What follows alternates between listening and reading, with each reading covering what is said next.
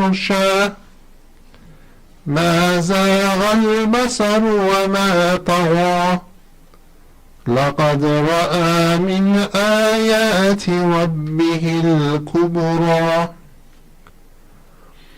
أفرأيتم اللات والعزى ومناة الثالثة الأخرى ألكم الذكر وله الأنثى تلك إذا قسمة ضيزى إن هي إلا أسماء سميتموها أنتم وآباؤكم إن هي إلا أسماء سميتموها أنتم وآباؤكم ما أنزل الله بها من سلطان إن يتبعون إلا الظن وما تهوى الأنفس ولقد جاءهم من ربهم الهدى أم للإنسان ما تمنى فلله الآخرة والأولى وكم من ملك في السماوات لا تغني شفاعتهم شيئا إلا من بعد أن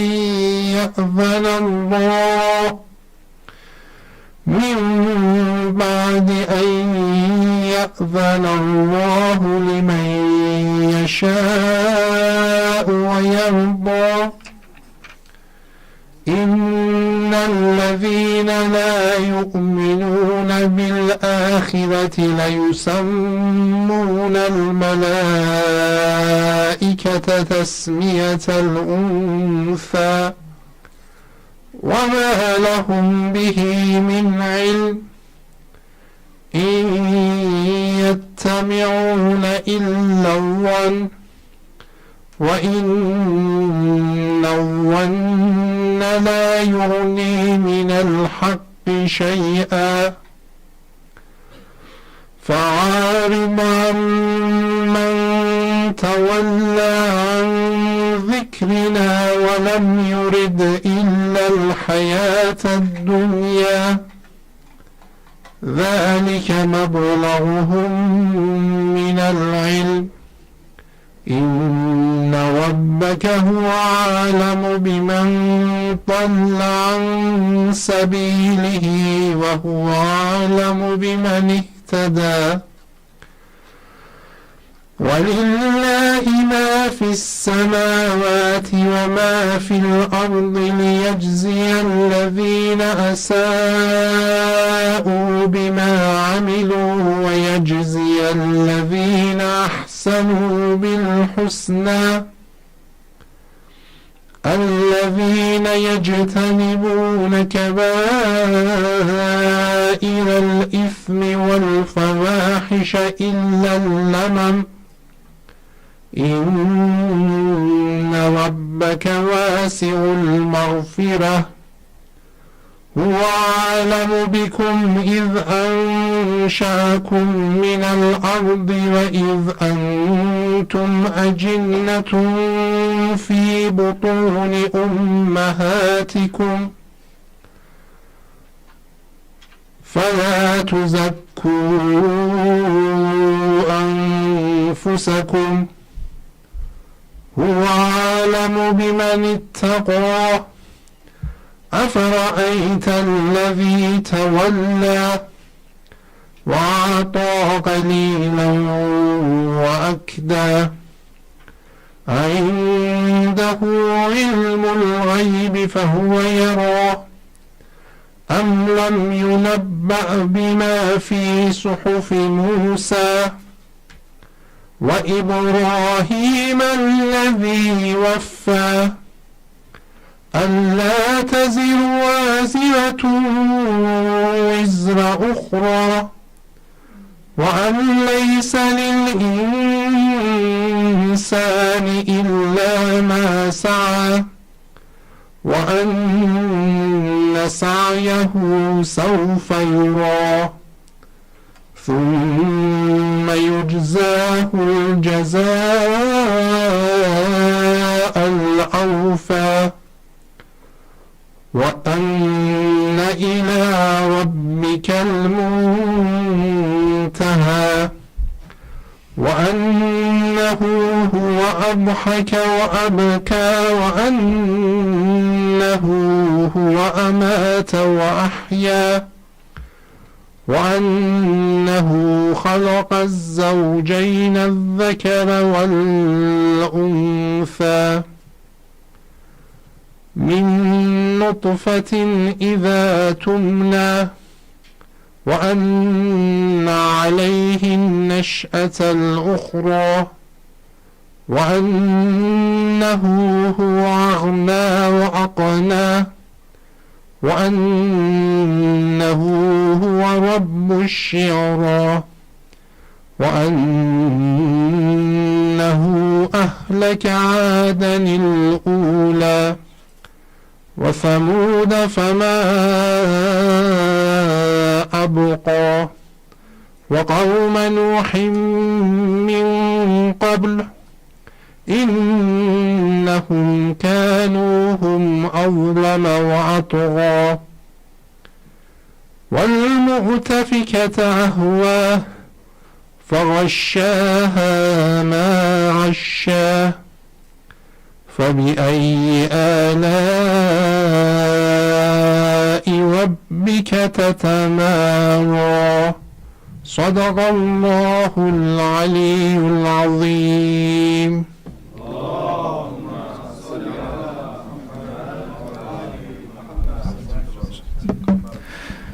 Thank you, Brother Saeed, for the beautiful recitation. Inshallah, we can all be trained and skilled and practicing Quran every day. As you know, today's day is the day of reading, inshallah. We'll be moving forward with the Urdu poetry, inshallah, with Brother Sayyid Parvez, with a loud salawat.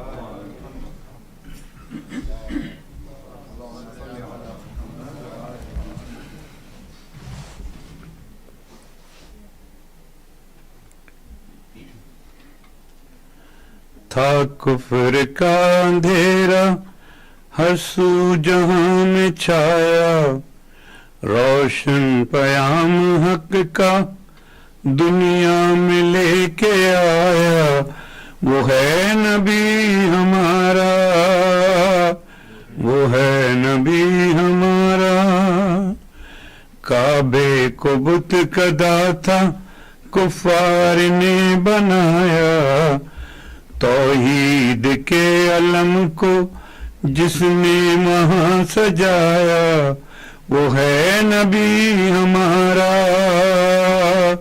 वो है नबी हमारा कुरान को पढ़ाकर इल्म अमल सिखाकर इंसानियत को जिसने अखलाक से सजाया वो है नबी हमारा वो है नबी हमारा जो आलिमों की रहमत बनकर जहां में आया अल्लाह ने भी जिसको महबूबता बनाया वो है नबी हमारा वो है नबी हमारा खल्कत में सबसे अफजल यक्ता नबी सल्लम अर्शे बरी पर जिसको अल्लाह ने बुलाया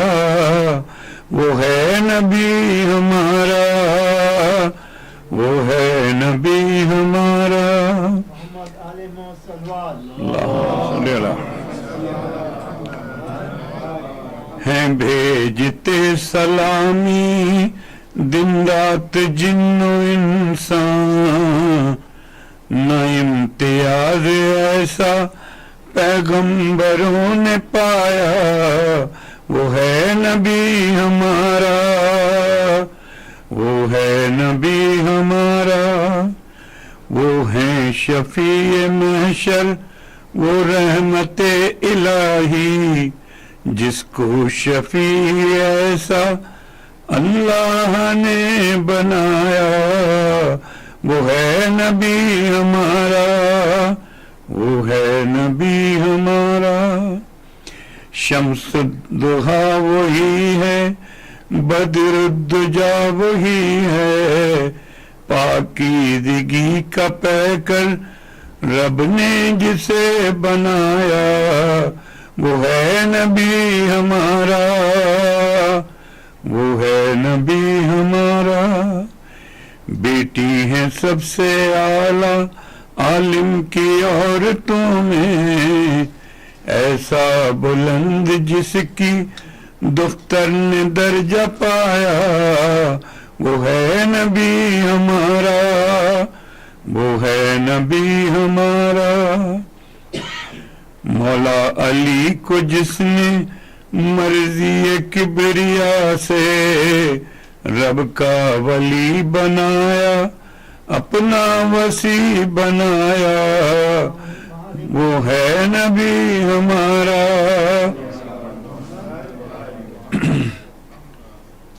میرے جگر کے ٹکڑے حسنین فاطمہ ہیں، واجب ہے ان کی الفت جس نے ہمیں بتایا، وہ ہے نبی ہمارا، وہ ہے نبی ہمارا. پنجتن کو اپنائے وہ میرا ہے، سابق جو پنجتن کو اپنائے وہ میرا ہے. امت کو اپنی جس نے پیغام یہ سنایا، وہ ہے نبی ہمارا، وہ ہے نبی ہمارا. صلوات.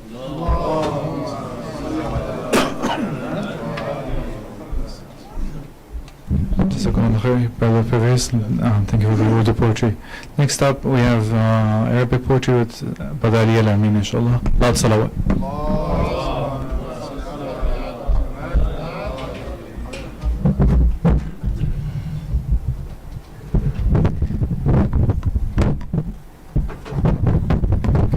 Salawat.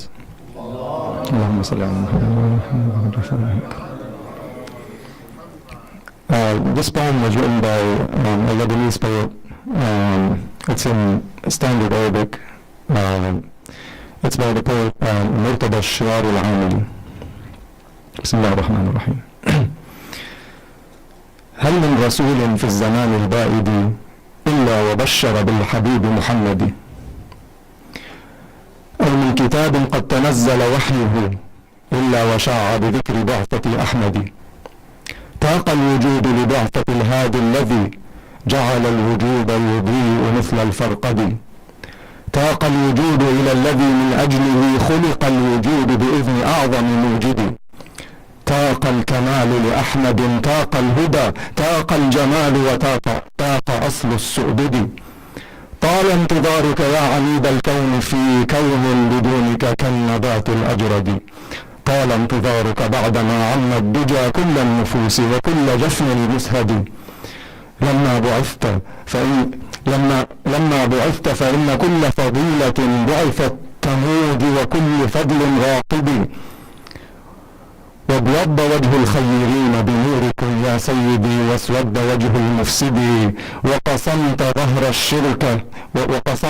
الشرك بالحق الهدى، وقطعت دابر كل قلب ملحد.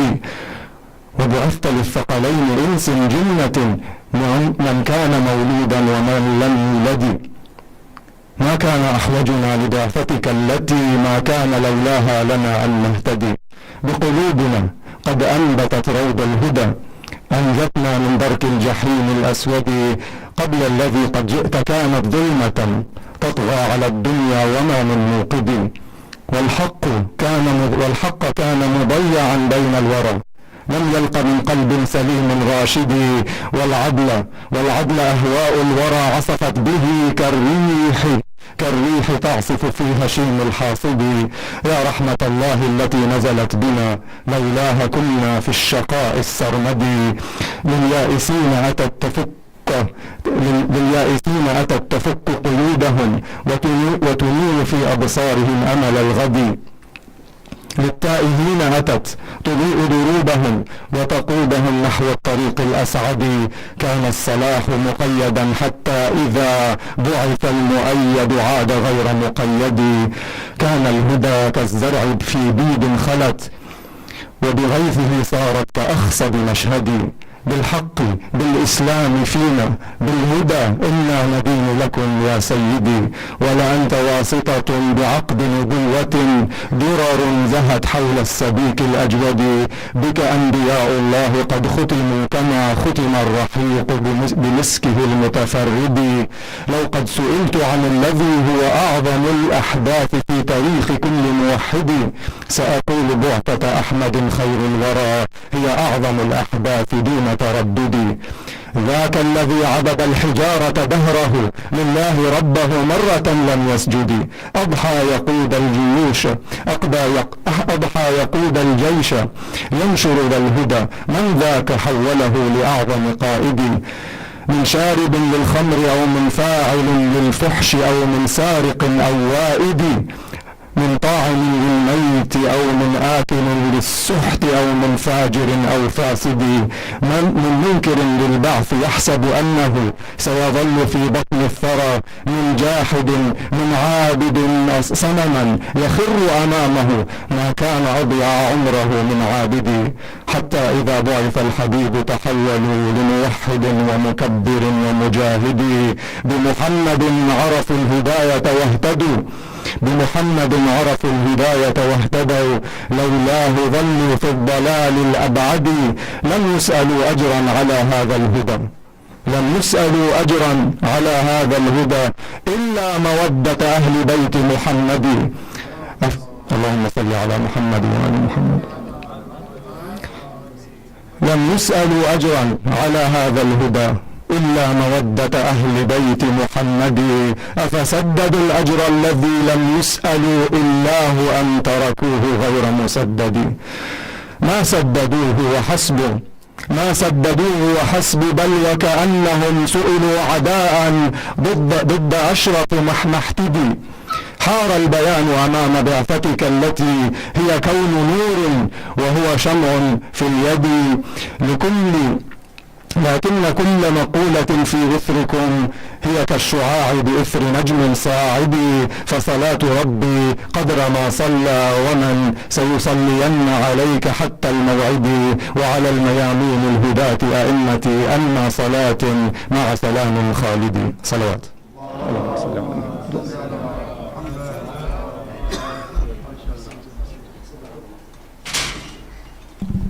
Jazakumullah khair, Brother Ali, and thank you for the translation, preparing the work, making it easy for us to follow. Next up we have the lectures as always, and wait, is Brother Mason here? Okay, yeah. Next up we have the lectures as always, and inshallah we'll be benefiting from Sheikh Jafar's lecture on this issue. Just a reminder that next week we also have Imam Hussein's Milad. So inshallah we can, in these times of Eid and happiness, we can all be together and keep each other in mind. We have many that would be benefiting from your du'as or support. With 3 loud salawats, please invite Sheikh Jafar to the number, inshallah. اللهم صل على محمد وآل محمد. اللهم صل على محمد وآل محمد.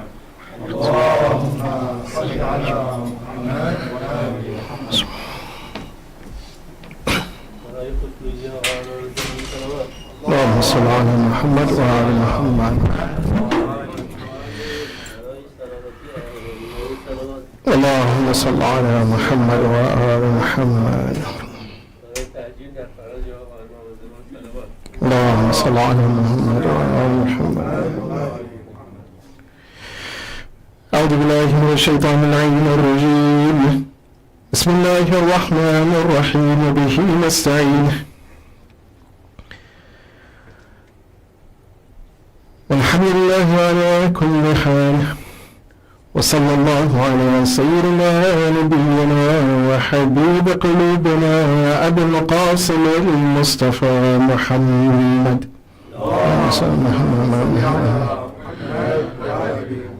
وعلى آله الطيبين الطاهرين المعصومين لا سيما بقية الله في الأرضين.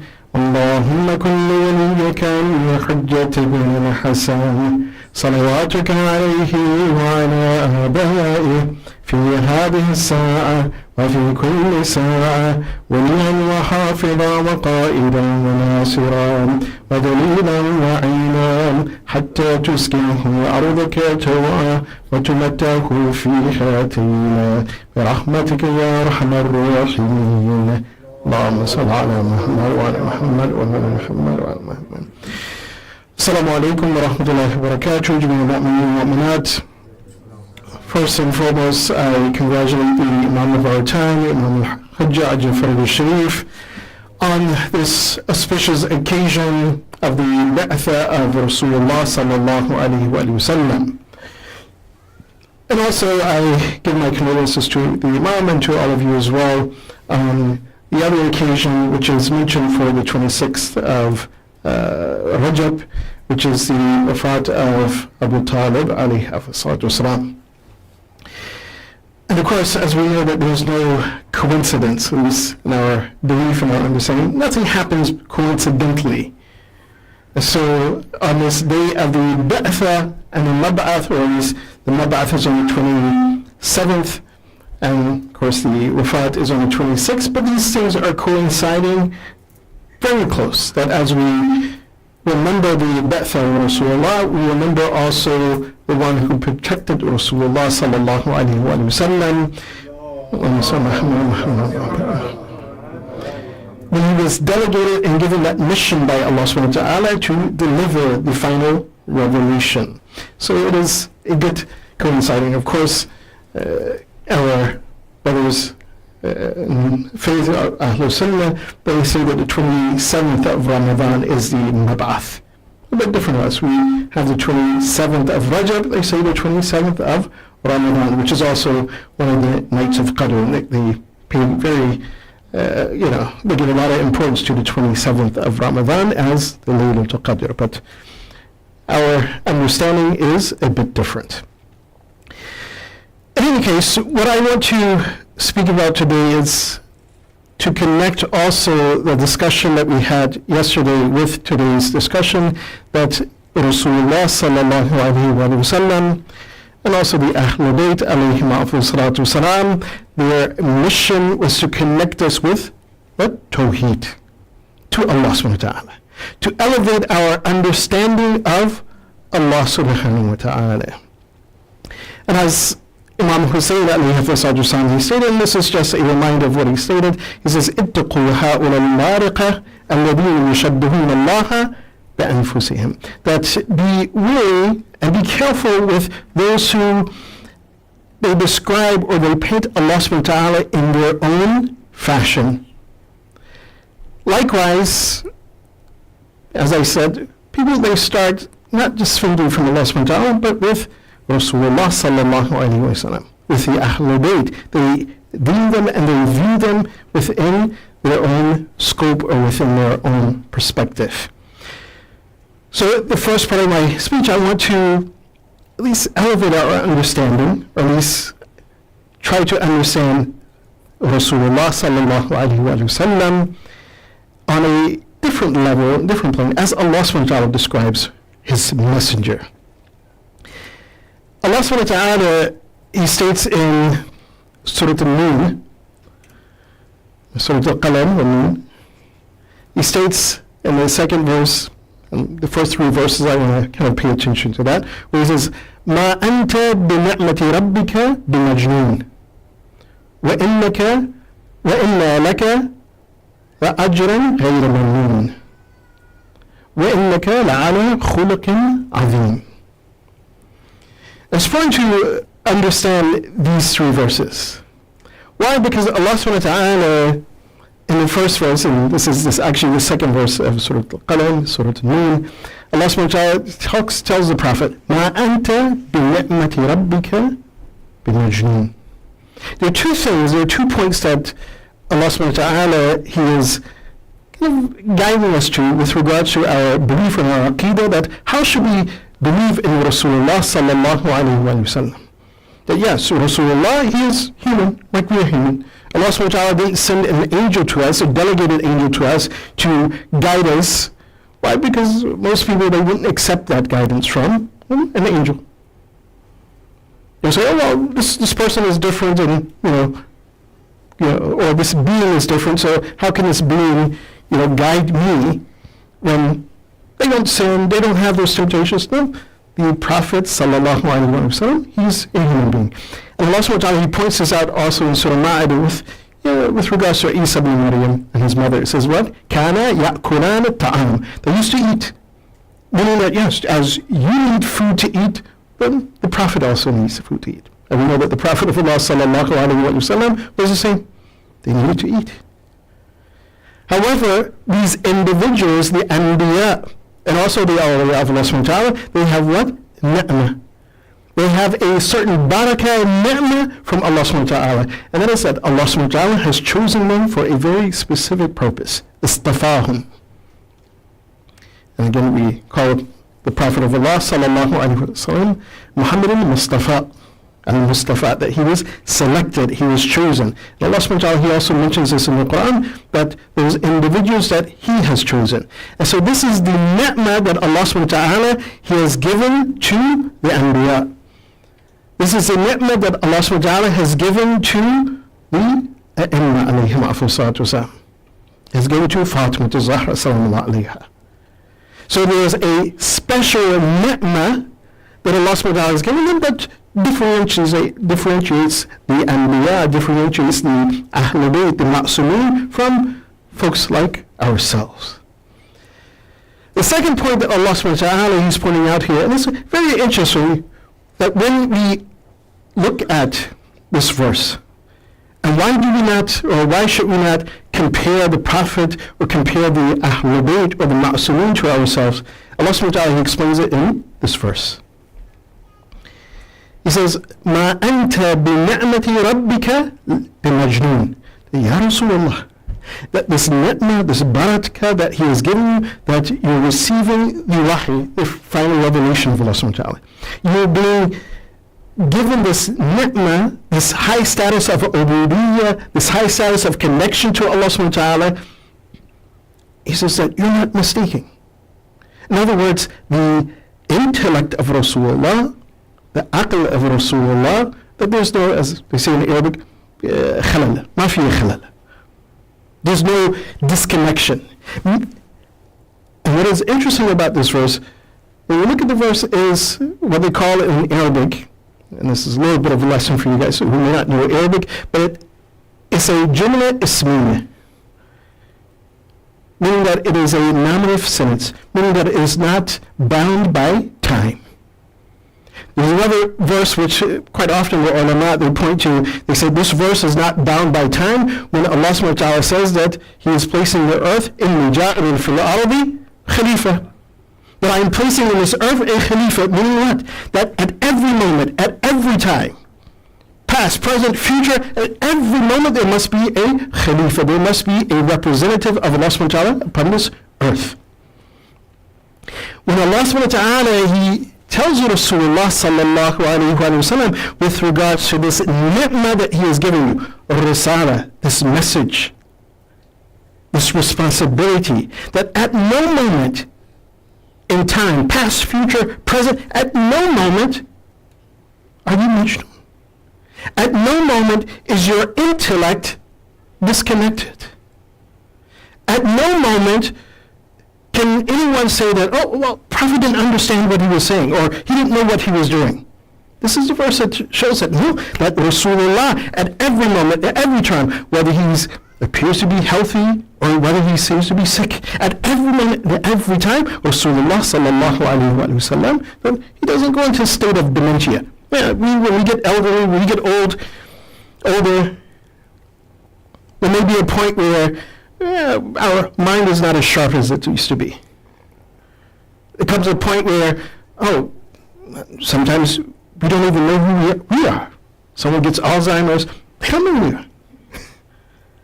But if we think that the Prophet of Allah, sallallahu alayhi wa sallam, that he's like us, he'll get sick like us, his mind will go, then yes, this is when we will say that, the Prophet doesn't know what he's saying. Na'udhu billah. And if that's the case, then there's a disconnection between Allah subhanahu wa ta'ala and His Khalifa, between Allah subhanahu wa ta'ala and His creation. At no moment is there that disconnection as it exists. At every moment the Prophet understands, even if he's on his deathbed, even if he's saying, bring me a pen and paper, that I will write for you, or it will be written for you, that which you need for your guidance. But if we compare Rasulullah sallallahu alayhi wa sallam to ourselves, then yes, that disconnection is, he doesn't know what he's saying. Na'udhu billah. But Allah subhanahu wa ta'ala says, no, this is not the case. Allah subhanahu wa ta'ala, He goes further, He says that the Prophet of Allah, because of that ni'mah, and because of his taking that responsibility of that ni'mah, that message, the final message, the Quran, and delivering that message, وَإِنَّ لَكَ لَأَجْرًا غَيْرَ مَمْنُونٍ, that you will be given an ajr, a reward which is, you can't even imagine the reward that the Rasulullah sallallahu alayhi wa sallam, he will be given for that. And then he says, وَإِنَّكَ لَعَلَى خُلُقٍ عَظِيمٍ. This is a verse we've heard many times. In fact, it coincides with that statement for which Rasulullah sallallahu alayhi wa sallam,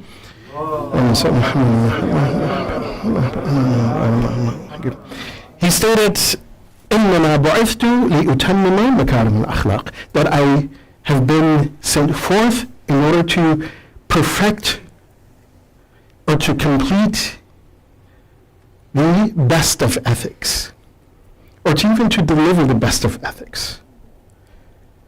But in order to understand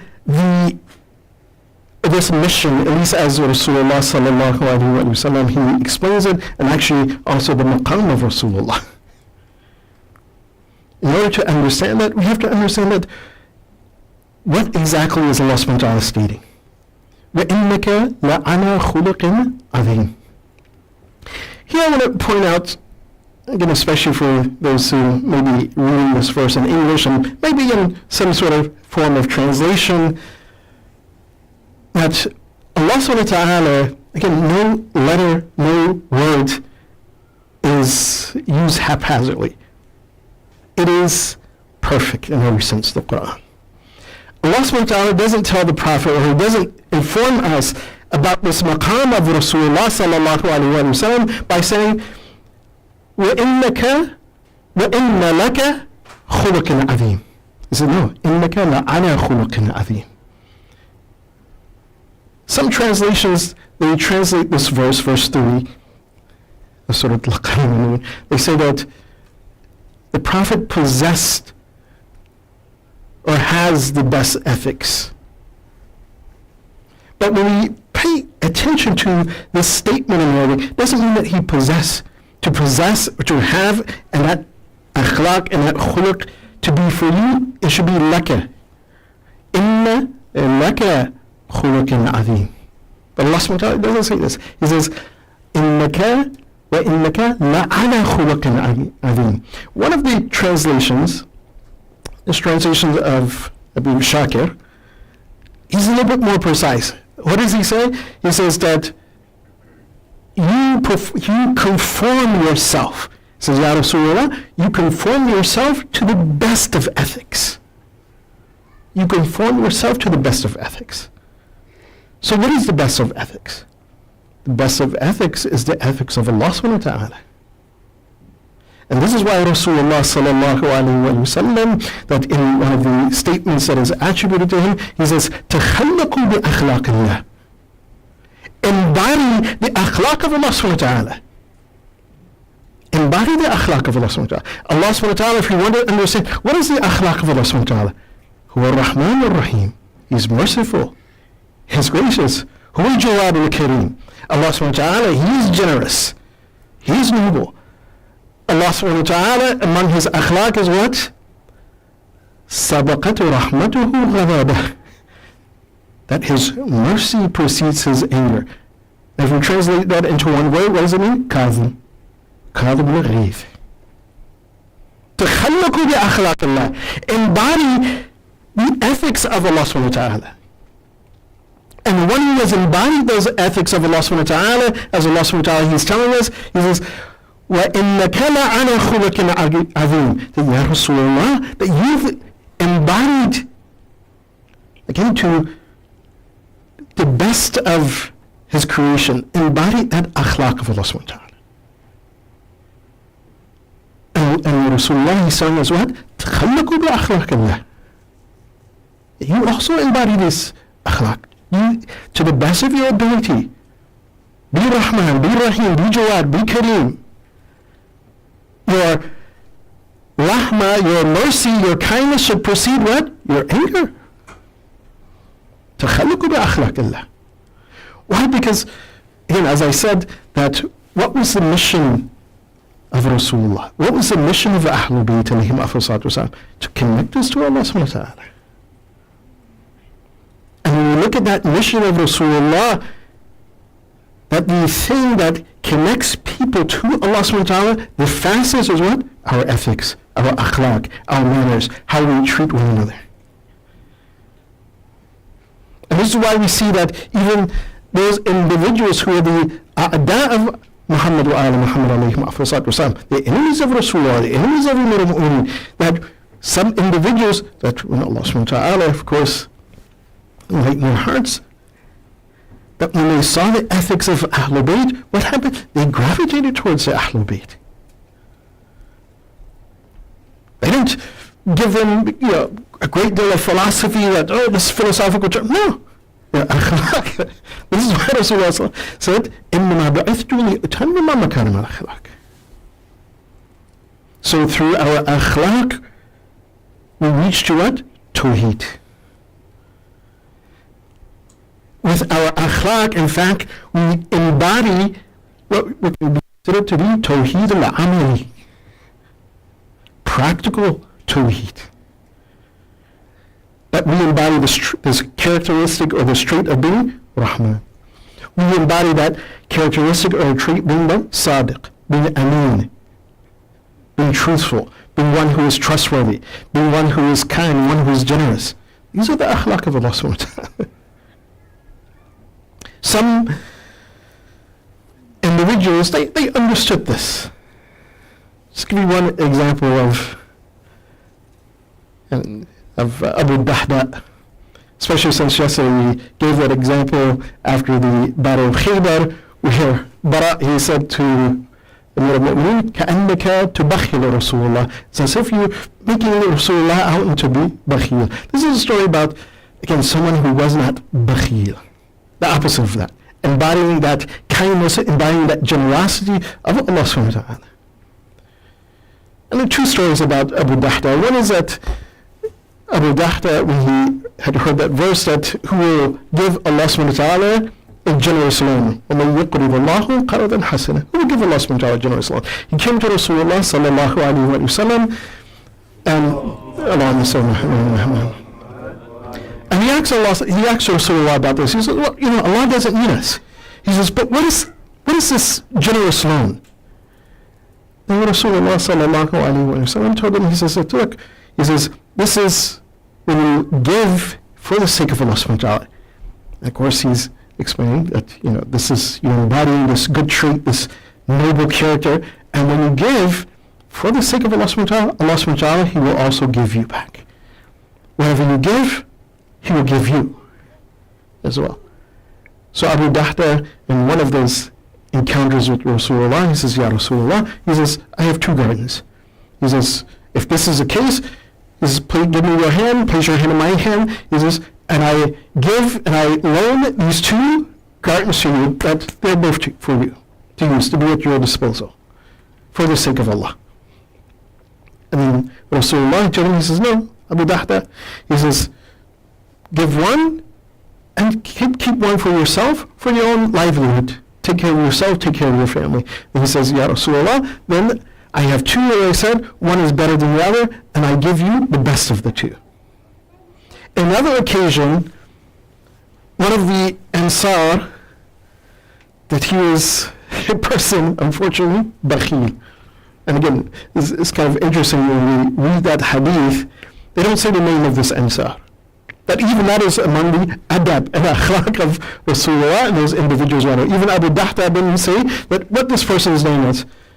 We have the hadith, we have that conversation between Rasulullah and Abu Dahda. Abu Dahda doesn't mention his name. Doesn't say, oh, this person, he says, no. He says, the person who didn't give you, because he had a garden, and one of his date trees, it was a date garden, a lot of date trees. And so one of the date trees leaned over into on the property of his neighbor, who was poor. And sometimes the dates, they would get ripe, they would fall off. And this individual, this person's neighbor, sometimes his children would go and they would pick up the dates and they would be eaten. This Ansar, he would go and he would take the date from them. Even if they put it in their mouth, he would take it out of their mouth. He was this bakhil, that even without even getting permission to enter into that person's yard, he would just go. Oh, this has fallen. Before these kids get it or before anyone gets, I'm going to go and get it. Doesn't take permission, just goes. So this neighbor complained to Rasulullah sallallahu alaihi wasallam. So Rasulullah sallallahu alaihi wasallam went to this Ansar. He says, listen, he says, sell me this tree, just this date tree, because that's the one that's leaning over. He said, sell it to me and for a date tree in paradise. This person said, no. This is what I need now, and this is what I'm going to use now. This is what I benefit now. What am I going to do with a date tree in paradise? So Rasulullah sallallahu alaihi wasallam, he says, okay. He says, sell me your entire garden for a garden in paradise. He still refused. He says, no, I'm not going to do that. Abu Dahda, he heard about this incident. He found out about this. So he went to this Ansar, and Abu Dahda, mashallah, he became prosperous after making this transaction with Rasulullah. He went and he bought this garden. And he bought this garden and he gave it to the neighbor. He says, now this is yours. And then Abu Dahda, he went to Rasulullah. He says, Ya Rasulullah, he says, what you promise this person, this Ansar in paradise, he says, will you give it to me? Will you promise me that Allah subhanahu wa ta'ala will give me? He says, because I've bought this and I've given it. So he says, I've done this. And Rasulullah sallallahu alayhi wa sallam, he says, Ya Abu Dahda, laka hada'ik wa hada'iq. He says, that you will have many gardens in paradise. So Abu Dahda, he embodied this quality, this khuluqun azim. This khuluqun azim, as I said, our akhlaq ties us to Tawheed. Don't just think that, oh, well, yeah, be good to be good. That if we truly understood that why Rasulullah said, إِنَّمَا بُعِثْتُ لِيُتَمِّمَ مَكَارِمَ الْأَخْلَاقِ. Why Allah subhanahu wa ta'ala said the Prophet, إِنَّكَ لَعَلَى خُلُقٍ عَظِيمٍ, because that ties you to Tawheed. There's a hadith also, I believe it's in Bukhari and Muslim, where even Aisha, she stated that Rasulullah, when someone asked her about this verse, he says, yes, Rasulullah, he says, he's ala khulaq al-Quran, that he embodies the akhlaq of the Quran. What is the akhlaq of the Quran? If it's not the akhlaq of Allah, the words of Allah subhanahu wa ta'ala, the kalam Allah. That is what the akhlaq is. And what some of the Mufassirin, they said that, what is that akhlaq? And there are many different aspects, many different, what they call mistaq, or examples of that. But one of those verses which points out that akhlaq, where Allah subhanahu wa ta'ala, He tells Rasulullah sallallahu alayhi wa sallam, He says, خُذُ الْعَفْوَ وَأْمُرْ بِالْعُرْفِ وَأَعْرِضْ عَنِ الْجَاهِلِينَ. That these three, He says, خُذُ الْعَفْوَ, be someone who is forgiving. But of course, that forgiveness, it also has parameters. Doesn't mean that someone who is adamant to do wrong, if they, you forgive them, but if they return back to that, meaning that they have israr on that wrongdoing, then you don't forgive them. There's an example of that also within the riwayat of Ahlul Bayt alayhim afsalatu wasalam, where one individual, he claimed to be a prophet, called people towards himself. And this is the difference, unfortunately, and this is why we have to understand, who is the prophet? What is that maqam of Rasulullah? What is that maqam of the Ahlul Bayt, the Imams alayhim afsalatu wasalam? Because again, we had people claim that, oh, I'm the Imam, and they're calling people to themselves, not to Allah subhanahu wa ta'ala, not to connect them to that tawheed. As we see that in the akhlaq of Rasulullah, connects you to what? Tawheed. This is why he says, he didn't say, تَخَلَّكُوا بِأَخْلَاقِي, embody my traits, my qualities. He says, no, تَخَلَّكُوا بِأَخْلَاقِ اللَّهِ. تَخَلَّكُوا بِأَخْلَاقِ اللَّهِ. The Prophet of Allah, he didn't call to himself. Allah subhanahu wa ta'ala, in one verse, we want to see it, but Allah subhanahu wa ta'ala, He tells the Prophet, قُلْ إِن كُنْتُمْ تُحِبُّونَ اللَّهَ فَاتَّبِعُونِي يُحْبِبْكُمُ اللَّهِ. That if you claim that you love Allah, then tell them to follow you, Ya Rasulullah. Allah tells the Prophet to say this. The Prophet never called people to himself. But why? That if they follow the Prophet, they're going to be what? عَلَى خُلُقٍ عَظِيمٍ. They're going to be connected to Tawheed, not to the Prophet, not to worship Rasulullah. But unfortunately, some individuals, they call to themselves. As this one individual within the riwayat of Ahlul Bayt, he called, and this is before the time of Rasulullah, claiming that he was a prophet. He gathered a lot of following. And of course, as we see even today, some people that make these callings have become rich and wealthy. Why? Because everyone gives them their money, and they think that this person is the prophet. They think this person is some individual of importance. They're calling to themselves. But when this person became elderly, again, his mind wasn't as sharp. As it says that when he was young, very sharp man, very intelligent person. And his bayan, his speech, his lectures, very good. When he became older, he became sick, he called his followers. He said that, look, I'm not the prophet. I'm not the prophet. Just, you go and you do whatever you're going to do. Live your life. And these individuals, unfortunately, they said that, oh, what have we done? What sin have we created that you are separating yourselves from me? This person thought, he was like, wow. He was like, I was misguided, but their misguidance is worse than mine. But I'm telling them, and I'm swearing to them, I'm not the prophet. Leave, go and live your life. But they are still attached to him. So they said that one night he ran away. He ran far away from this place. Into some desert. He kind of became a hermit, and he was crying and waiting to Allah subhanahu wa ta'ala that, oh, forgive me, and this. According to this hadith, then Allah subhanahu wa ta'ala sent the Prophet of that time to this individual. He says that for your sin, he says that Allah subhanahu wa ta'ala will not forgive you. That was the message.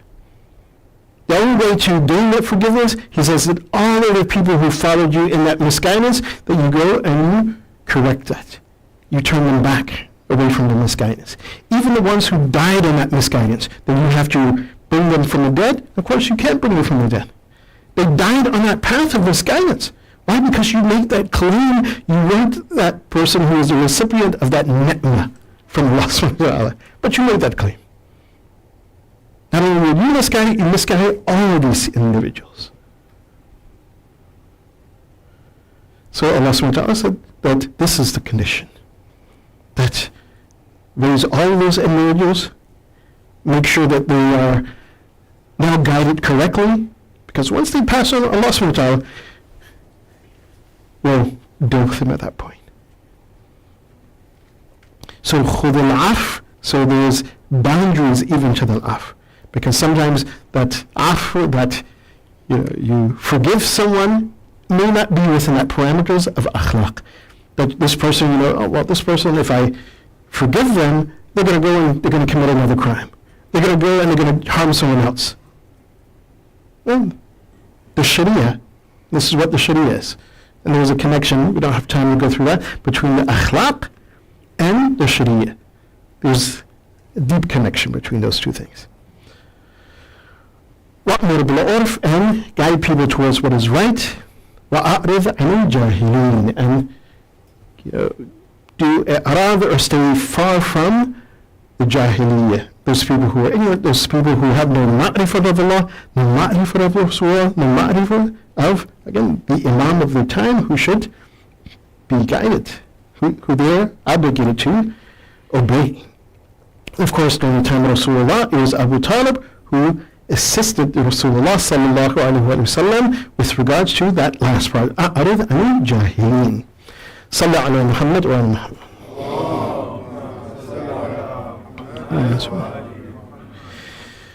So this is with regards to the maqam of Rasulullah sallallahu alaihi wasallam, that he is someone who is blessed by Allah subhanahu wa ta'ala. Allah subhanahu wa ta'ala has chosen him. And when we look at that selection of Rasulullah, that when we recite our shahada, what do we say? Ashhadu anna Muhammadan abduhu wa rasul. That even before we acknowledge his risala, that he is a messenger of Allah subhanahu wa ta'ala, we acknowledge that what? He's abd of Allah subhanahu wa ta'ala. And the most perfect abd of Allah subhanahu wa ta'ala. And that's why we must follow him. That at no moment, again, his intellect, there's a shortcoming in his intellect, and his akhlaq guides us to tawheed.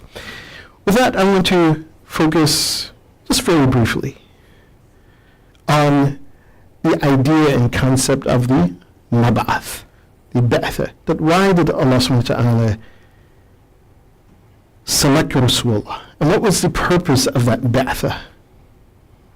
What was the purpose? Why did Allah subhanahu wa ta'ala send the Prophet? Well, it's important for us to understand this. Get the reference, Sallallahu Alaihi Muhammad wa Muhammad. Yeah. The Surah Shura, so chapter 42 of the Quran, Allah subhanahu wa ta'ala, he gives 5 commands to Rasulullah.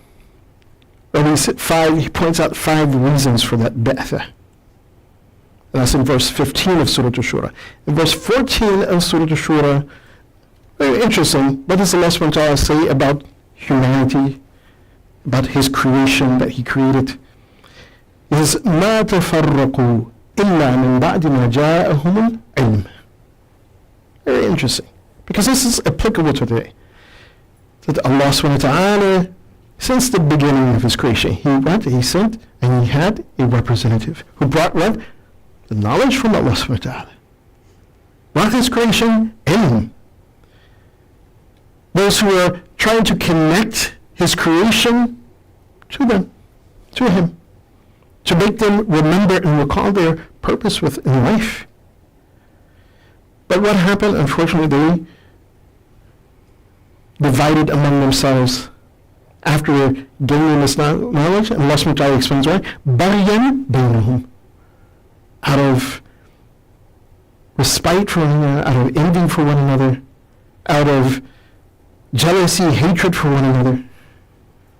Whereby you find, and again, this is a rule of the world today, that one group, they think, oh, hey, we're superior to these individuals. Why? Because we know this, we have this knowledge, or we can do this, and those individuals can't. Or we look like this, or we sound like this, we talk like, and so therefore we are superior to others. That Allah subhanahu wa ta'ala, he sent, again, at every time he had a representative. He delivered this message, he delivered this knowledge. But humanity took that knowledge and they did not what? Embody that khuluqan azim. So they are at war with one another. One wants to take the resources of another, one grabbing. Although they're all the creation of Allah subhanahu wa ta'ala. And Allah subhanahu wa ta'ala didn't create anything less. Whatever He's created for every single creation, He's created their sustenance. But unfortunately, mankind didn't understand this.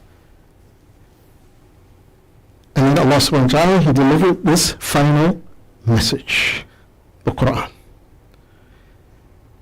He delivered it and He gave it to Rasulullah sallallahu alaihi wasallam.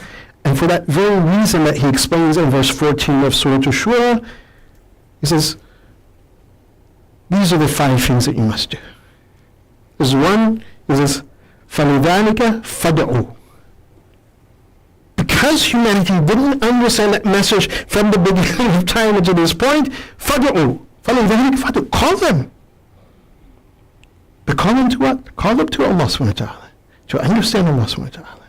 To live by those guidelines that Allah subhanahu wa ta'ala has placed in His revelation for humanity. فَلِذَلِكَ فَدْعُوا. Then He tells them the second thing, وَاسْتَقِمْ كَمَا أُمِرْتَ. And then stay steadfast as you have been ordered. Because of course some will accept, others will not. And those who didn't accept, what did they do? They fought with the Rasulullah. They fought with Rasulullah. They opposed Rasulullah. They killed the believers. Those who were trying to embody that khuluqan azim. And again, this is a great lesson for us because, yes, Allah subhanahu wa ta'ala, He's delegating Rasulullah with this command. But on a lower level, not to the level of Rasulullah, because if we embody that khuluqan azim, if we embody the akhlaq of Allah subhanahu wa ta'ala, then we also have that responsibility to what? To call to the path of Allah subhanahu wa ta'ala. And what is the best way to call to the path of Allah? With our akhlaq. Fad'u, and remain steadfast on those ethics and those principles that Allah subhanahu wa ta'ala has guided us to in the Quran. وَلَا تَتَّبِعْ, the third thing, وَلَا تَتَّبِعْ أَهْوَاءَهُمْ, and don't follow the whim of those individuals, those who don't align themselves with the guidance from Allah subhanahu wa ta'ala. Don't follow them, their whim.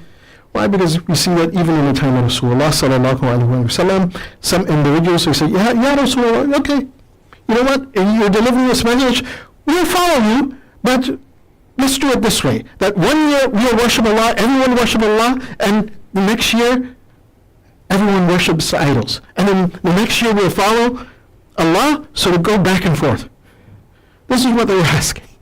Some asked Rasulullah, they said that, you know what, okay, we'll follow you, but don't make salat. Don't make it obligatory for us to pray. Again, there's a great relationship between prayer and akhlaq. We're not going to go into that now. Some said that, oh, okay, we'll follow, but, you know, we're business people. Don't make riba, don't make usury haram. And we'll follow. Rasulullah said, no.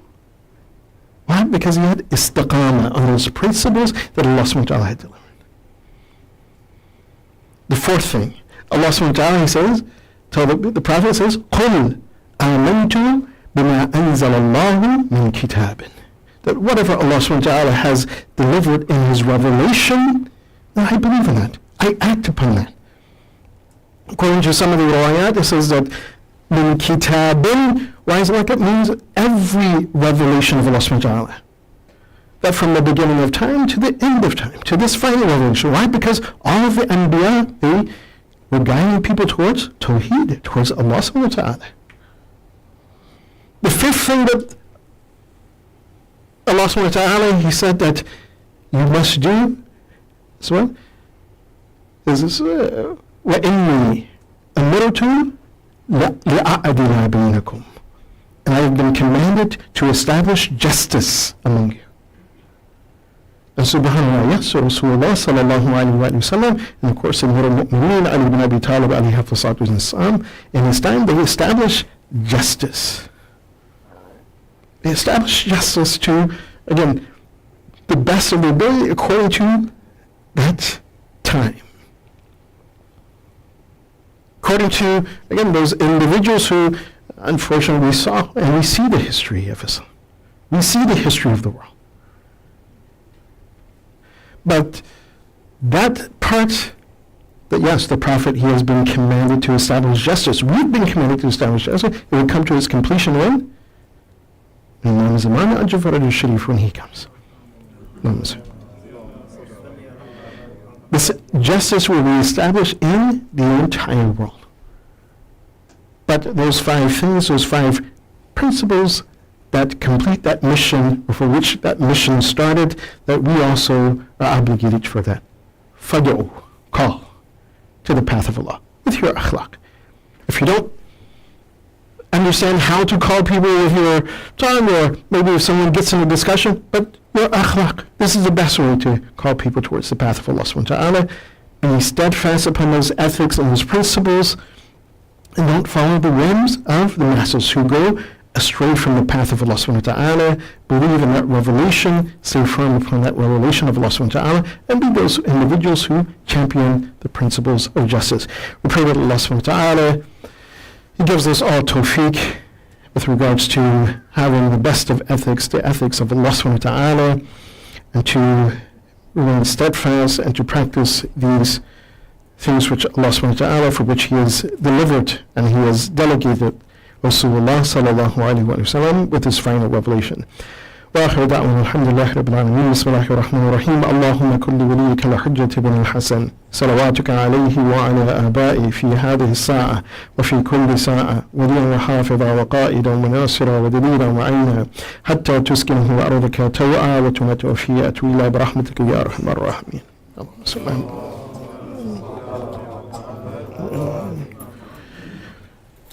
Brothers and sisters, as was part of the program tonight, we're going to be moving on to with a short ziyarah for Ali, as Mustafa for tonight is doing a ziyarah for him.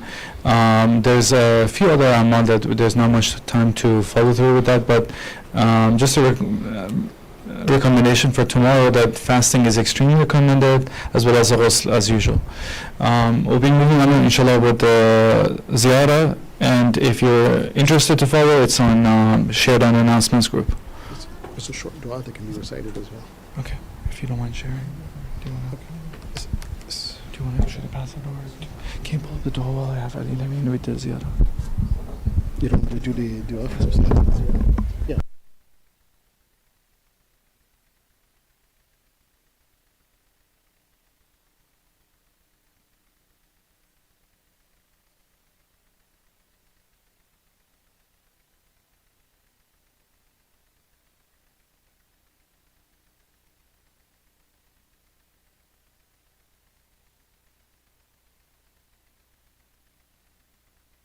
We're going to be doing a quick dua first, followed by the ziyarah.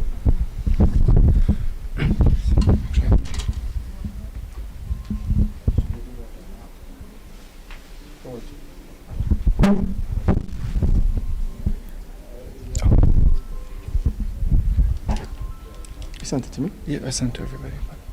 Which ziyarah is there? First, we're doing the dua, Rajab 27 dua. And then followed by the ziyarah. Okay, if you go on the WhatsApp. This is what I opened up. Oh. From the link.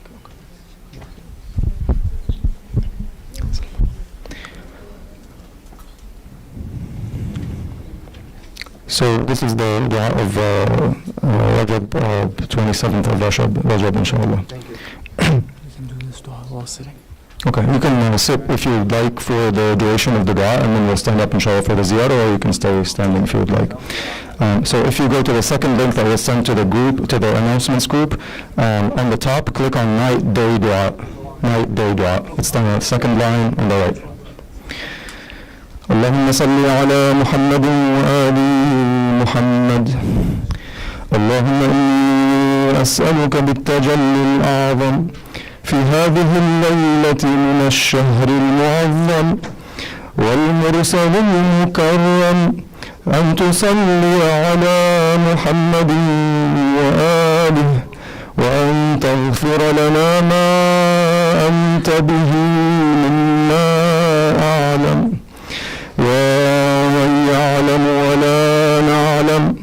اللهم بارك لنا في ليلتنا هذه التي بشرف الرسالة فضلتها وبكرامتك أجللتها وبالمحل الشريف أحللتها. اللهم فإنا نسألك بالمبعث الشريف والسيد اللطيف والعنصر العفيف أن تصلي على محمد وآله وأن تجعل أعمالنا في هذه الليلة وفي سائر الليالي مقبولة وذنوبنا مغفورة وحسناتنا مشكورة وسيئاتنا مستورة وقلوبنا بحسن القول مسرورة وأرزاقنا من لدنك باليسر مدرورة. اللهم إنك ترى ولا ترى وأنت بالمنظر الأعلى وإن إليك الرجعى والمنتهى وإن لك الممات والمحيا وإن لك الآخرة والأولى. اللهم إنا نعوذ بك أن نذل ونخزى وأن نأتي ما عنه تنهى.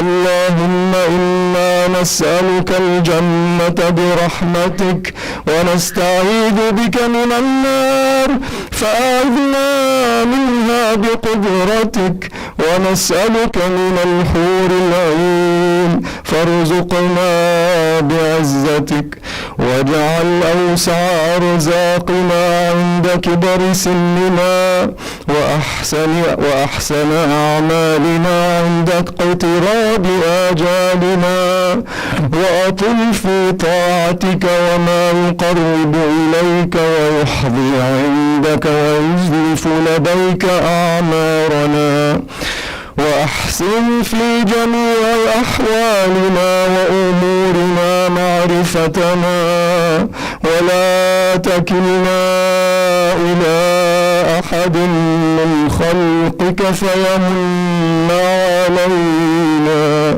وتفضل علينا بجميع حوائجنا للدنيا والآخرة وابدأ بآبائنا وأبنائنا وجميع إخواننا المؤمنين في جميع ما سألناك لأنفسنا يا أرحم الراحمين. اللهم صل على محمد. اللهم إنا نسألك باسمك العظيم وملكك القديم أن تصلي على محمد وآل محمد وأن تغفر لنا الذنب العظيم إنه لا يغفر العظيم إلا العظيم.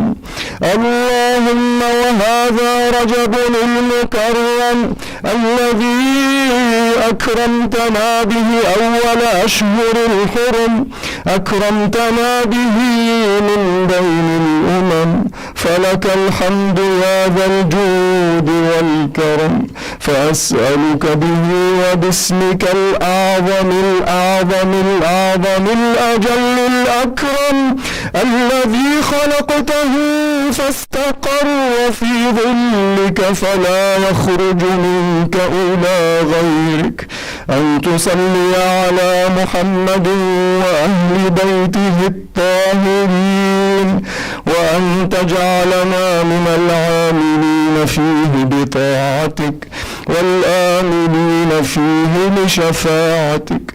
اللهم اهدنا إلى سواء السبيل واجعل مقيلنا عندك خير مقيل في ظل ظليل وملك جزيل فإنك حسبنا ونعم الوكيل.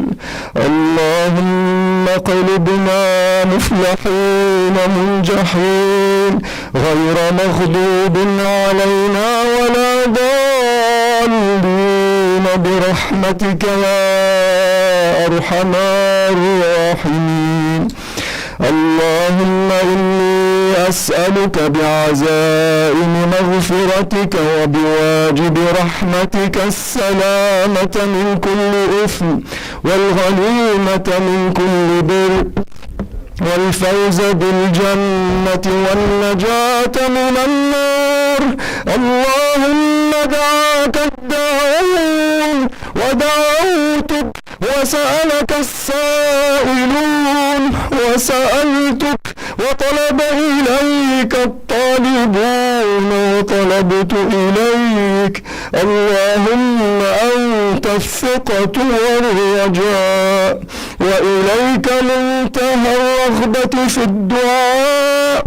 اللهم فصل على محمد وآله واجعل اليقين في قلبي والنور في بصري والنصيحة في صدري وذكرك بالليل والنهار على لساني ورزقا واسعا غير ممنون ولا محظور فارزقني وبارك لي فيما رزقتني واجعل غناي في نفسي ورغبتي فيما عندك برحمتك يا أرحم الراحمين. الحمد لله الذي هدانا لمعرفته وخصنا بولايته ووفقنا لطاعته. شكرا شكرا. اللهم إني قصدتك بحاجتي. Please prostrate until the end. Now, when you raise your head, finish the prostration, you may recite the following. So, I'll repeat this part, so you may then prostrate yourself and repeat the following invocation. Please prostrate now. You're supposed to repeat it 100 times, so if you have time when you get back home. الحمد لله الذي هدانا لمعرفته وخصنا بولايته ووفقنا لطاعته. شكرا شكرا. You can finish your prostration now.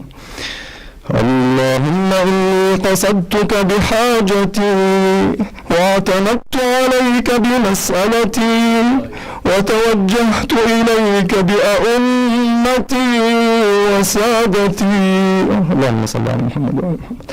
اللهم انفعنا بحبهم وأوردنا موردهم وارزقنا مرافقتهم وأدخلنا الجنة في زمرتهم برحمتك يا أرحم الراحمين. صلوات.